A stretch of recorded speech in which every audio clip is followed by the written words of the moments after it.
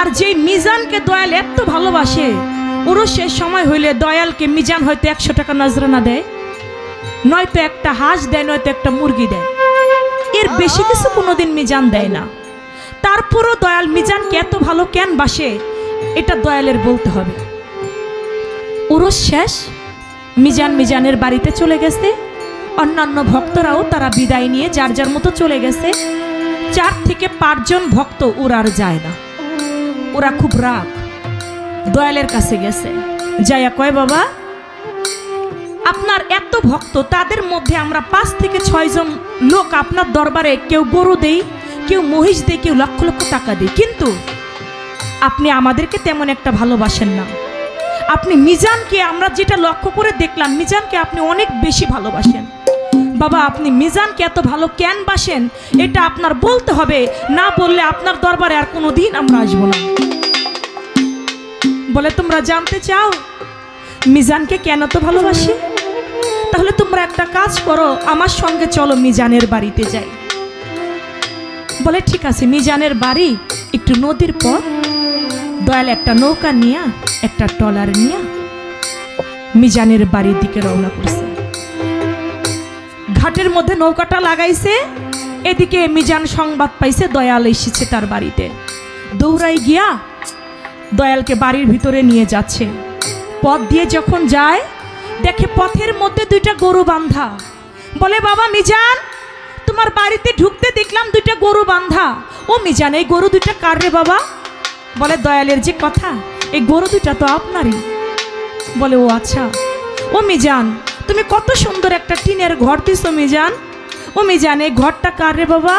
কয় দয়ালের যে কথা, দয়াল ঘরটা তো আপনারই। বলে ও আচ্ছা, আমার ঘর। ও মিজান, এই ঘরের মধ্যে ছোট্ট ছোট্ট 2টা বাচ্চা দেখতাছি, মিজান রে বাচ্চা 2টা কার? বলে আমার দয়ালের যে কথা, দয়াল বাচ্চা 2টাও তো আপনারই। বলে ও মিজান, এই ঘরের মধ্যে কত সুন্দর একটা নারী দেখি, এই নারীটা কার মিজান? বলে দয়াল যে কি বলে বাবা, এইটাও তো আপনার। বলে ও আমার। কিছু সময় দয়াল থাইকা ঘন্টা খানিক থেকে বলতেছে মিজান রে, আমার এবার একটু বিদায় দিয়ে। বলে ঠিক আছে।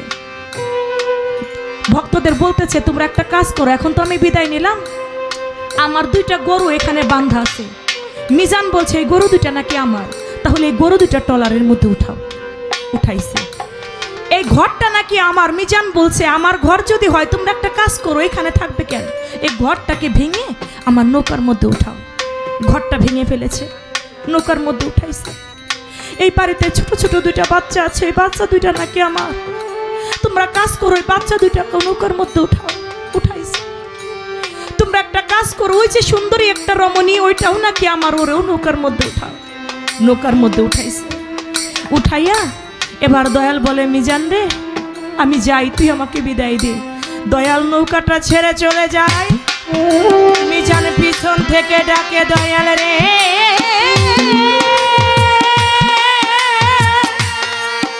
দয়াল রে,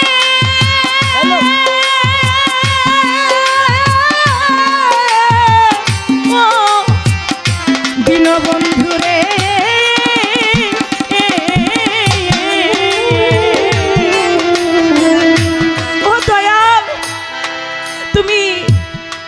যাচ্ছ?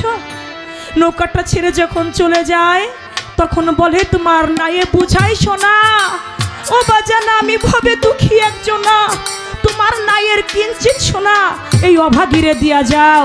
দয়াল তুমি কইয়া যাও, কোন ঘাটে ভিড়াইবা তোমার নাও। 2 চোখ বেয়ে অঝরে কান্না করে।